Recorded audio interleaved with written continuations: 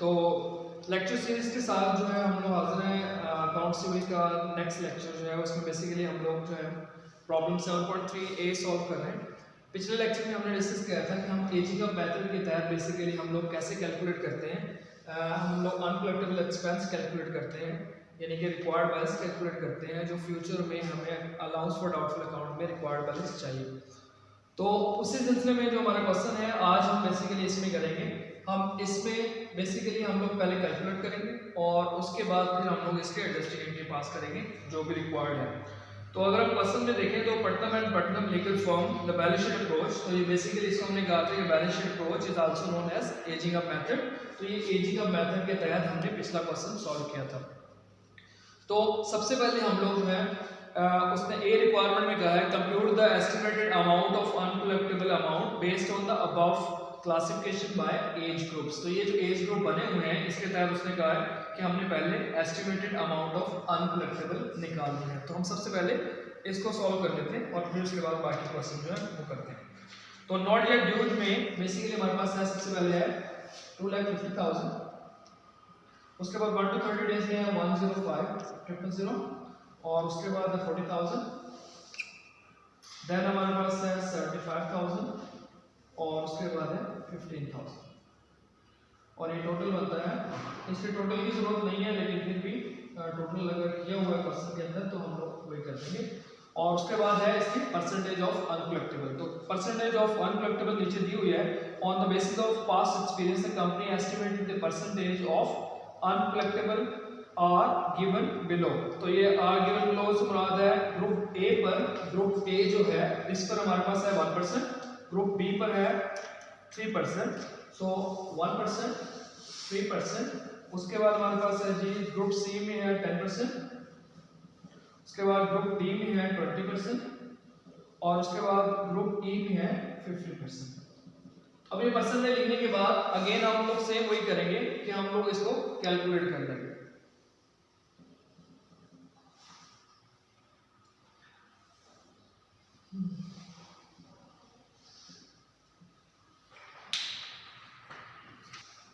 Okay, सो हमने calculate कर लिया 1% इसका लिया, उसके बाद 3%, 10% और उसके बाद 7500 का 20%, उसके बाद 15,000 का 50% लिया।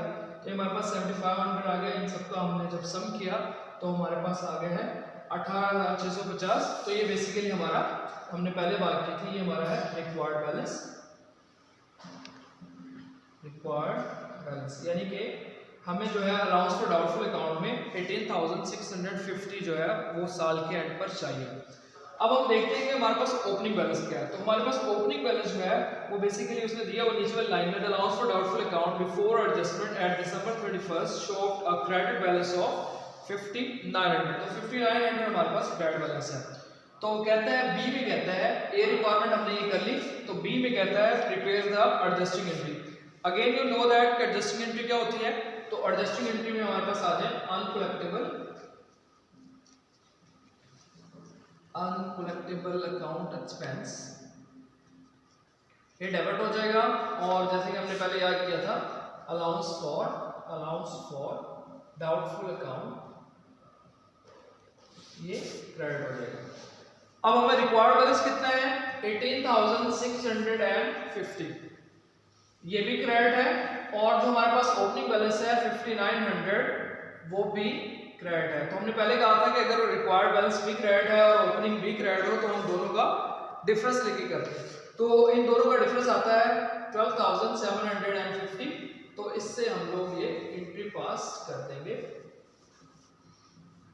अगर ओपनिंग बैलेंस डेबिट होता तो उस सूरत में हमने दोनों को ऐड करके ये एंट्री पास करनी थी, लेकिन यहाँ पर हमारे पास ओपनिंग बैलेंस 5,900 क्रेडिट है। उसके बाद हमारे पास जो रिक्वायरमेंट है सी रिक्वायरमेंट। तो सी रिक्वायरमेंट बेसिकली कहता है assume that on January 10 of the following year Putnam and Putnam learned that an account receivable has been originated on September 1st in the amount of 4,300 was worthless। worthless से मुराद है वो bad debt हो गया था, यानी कि आपने उसको राइट ऑफ कर दिया था। कब कर दिया था सितंबर 1 को। अब पटनम एंड पटनम को ये पता चला है कि बेसिकली वो बंदा पैसे वापस देने आ गया। तो जैसे हमने पहले कहा था कि जब बैड डेट रिकवर्ड होता है उस वक्त दो एंट्री पास होती हैं।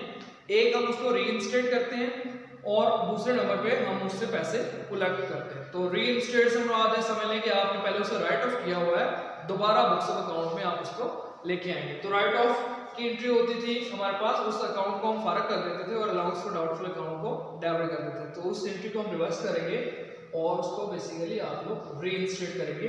तो जब भी बैडर रिकवर होगा, दो एंट्री पास होंगी, पहली एंट्री होगी रीइंस्टेट की। तो इस बंदे का नाम है सेफलैंड। सो सेफलैंड को डेबिट और उसके बाद अलाउंस फॉर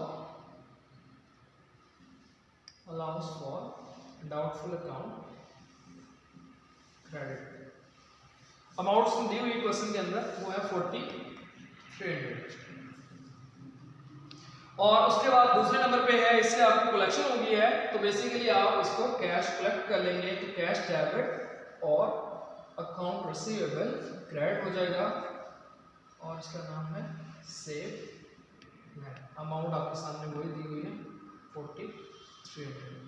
तो जब भी आपके पास डाटा रिकवर हो जाए, ऐसा बंदा जो पहले आपने राइट ऑफ कर दिया और दोबारा पैसे देने आ जाए, तो उस वक्त आपने दो एंट्री पास करनी है। पहले उसको रीइंस्टेट करना है, ये बेसिकली है रीइंस्टेट, और दूसरी है कलेक्शन।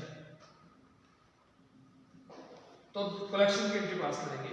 उसके बाद डी रिक्वायरमेंट में कहता है if the firm is considering the adoption of policy whereby the client whose outstanding amount become more than 60 days past due, they will have to sign an interest bearing note for the full amount of their outstanding balance. What advantage would such a policy will offer?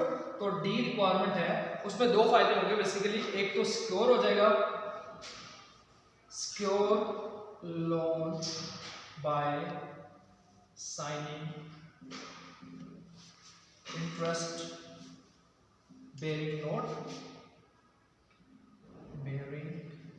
note and second one क्या advantage होगा? Second advantage होगा हमें इस पर interest मिलेगा। तो ये दो एडवांटेज मिल जाएंगे। एक तो क्योंकि नॉर्मली जो हमारा अकाउंट रिसीवेबल होता है ये ओरल होता है, ये रिटन में नहीं होता, और जब आप उससे नोट साइन करवा लेंगे तो एक तो ये रिटन में हो जाएगा, आपके पास कोर्ट में जाने के लिए प्रूफ हो जाएगा कि आप कोर्ट में लेके जा सकते हैं और इसको इन्फोर्स करवा सकते हैं। सेकंड फायदा ये होगा कि हमें प्रिंसिपल अमाउंट के साथ साथ इंटरेस्ट भी मिलेंगे। तो ये बेसिकली हमें दो फायदे हो जाएंगे। तो इस क्वेश्चन में हमने बेसिकली लर्न किया कि हम एजिंग अप मेथड कैसे बनाते हैं, उसके जरिए हम लोग रिक्वायर्ड बैलेंस कैसे फाइंड आउट करते हैं। बहुत इजी है, जस्ट आपने परसेंटेज, आपको इतना क्वेश्चन दिया होगा, आपने जस्ट मल्टीप्लाई करके ये अमाउंट निकालनी है। और उसके बाद फिर हमने एडजस्टिंग एंट्री करना सीखी, और फिर उसके बाद हमने सी में देखा कि कोई अगर वर्थलेस हो जाए, पहले बंदा बैडेड हो जाए, राइट ऑफ हो जाए और उसके बाद वो पैसे देने आ जाए, तो उसमें हम दो एंट्री पास करते हैं, एक रीइंस्टेट की और दूसरी कलेक्शन की। और डी में हमने ये देखा कि बेसिकली अगर हम उससे नोट साइन करवा लें तो उसमें हमें दो फायदे होते हैं। एक तो हमें प्रूफ करना इजी हो जाएगा कोर्ट में क्योंकि रिटर्न में आ गया, और सेकेंडली ये है कि उसके बाद हम लोग इंटरेस्ट उस पर हासिल करेंगे। अगर इसके बारे में कोई क्वेश्चन हो या कमेंट हो तो आप लोग कर सकते हैं, और उसके बाद मैं फिर उसका आंसर दे दूँगा। Thank you very much.